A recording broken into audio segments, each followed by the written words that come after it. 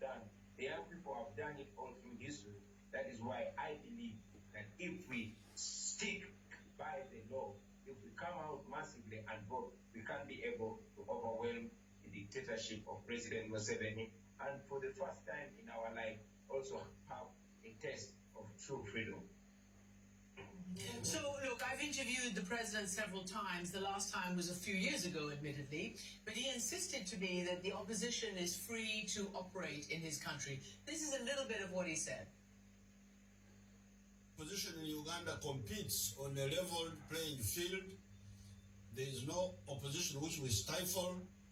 Otherwise, we never restrain the opposition at all. So, level playing field, no restraint.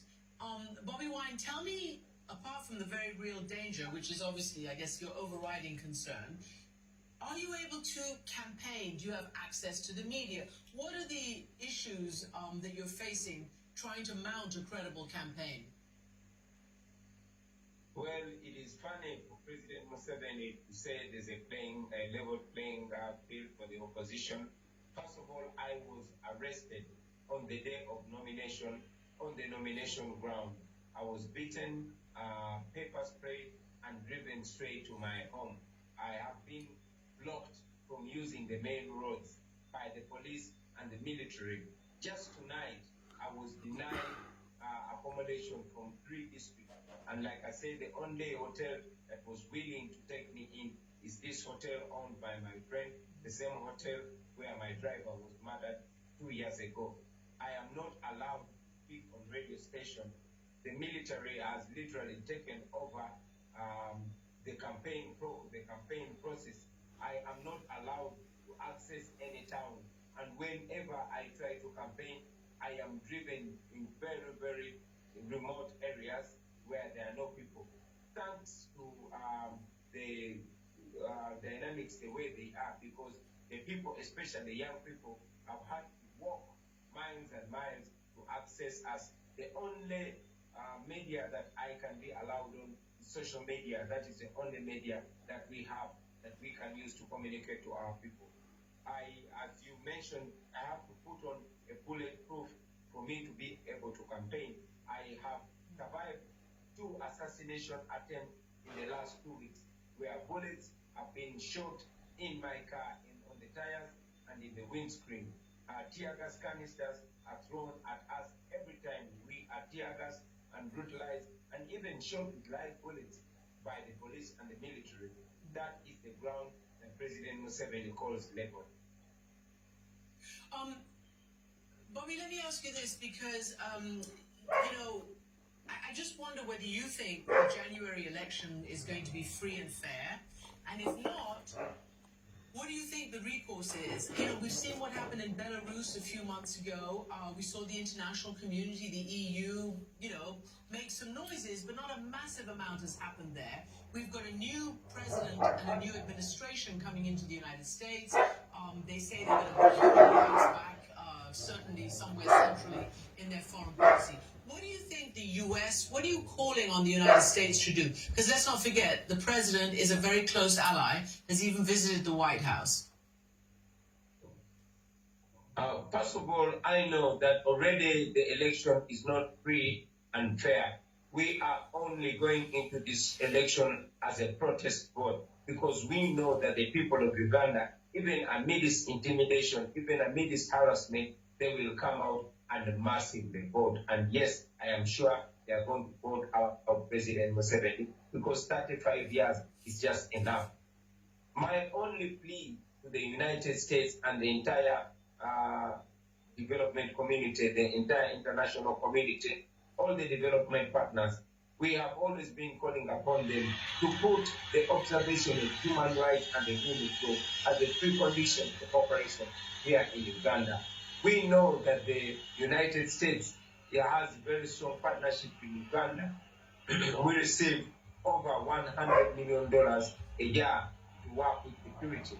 But again, this is the same money that is being used to murder people, to oppress Ugandans, and to abuse human rights. Just over 2 weeks ago, more than 100 Ugandans were shot and killed for showing support for me for coming out to protest, and yet it is within the law to protest peacefully. We do not have any guns, we do not have any stones, but we are being attacked brutally by the police and the military that are armed to the teeth. People are being slaughtered every day by a president that takes pride in murdering people. Just the other week, President Museveni came out and confirmed that he indeed had ordered for the mass murder of people of Uganda. So we call upon the United States to put the rule of law and observation of human rights as a precondition to cooperation, and to also call to order President Museveni, who seems not to listen to any other voice apart from the international community and precisely the United States of America. I'm just going to put their position before I head to another question. The government says that you were arrested and you've been, I can say harassed. They'd say stopped because you're quote unquote breaking COVID rules by campaigning. But I want to ask you this. You call yourself, or you're known as, the ghetto president. What is it that young Ugandans, the majority of the country, as we said, 80% of the country is under 35 years old, what are they yearning for there, beyond the obvious freedom? What do they want for Uganda? Young Ugandans are yearning for freedom of speech, for freedom of expression. They are yearning for the basic human rights. They are yearning for the right to live. Young Ugandans are yearning for the opportunity to determine their destiny. It has been 35 years of stagnation.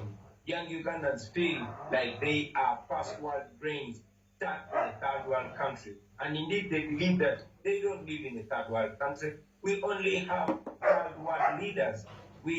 Young Ugandans are yearning for democracy. They're yearning for their voice to be heard. They want to speak and be heard. They want the right to determine their destiny. That is what young Ugandans are calling for. They want to live their full potential. They feel like they are not living their lives. They feel like they are being owned. They feel like they are being enslaved in the 21st century in their own land. They want democracy in the real sense of the word. It is, of course, extraordinary that 35 years ago, Museveni took part in the rebellion that brought down the dictator Idi Amin. And here we are 35 years later. Let me just ask you very quickly and finally, are you afraid for talking to us, for making this international interview now? Well, yes and no. First of all, I am afraid because the majority of the people that have spoken out in Uganda have ended up dead or ended up in exile or in prison. So I expect the worst anytime. But again, I'm not feeling afraid because I know that the international media is one of the factors that have kept me alive. I know that no matter how ferocious a dictator President Museveni is, he is afraid of the international community. He knows how all the dictators have ended up in the past.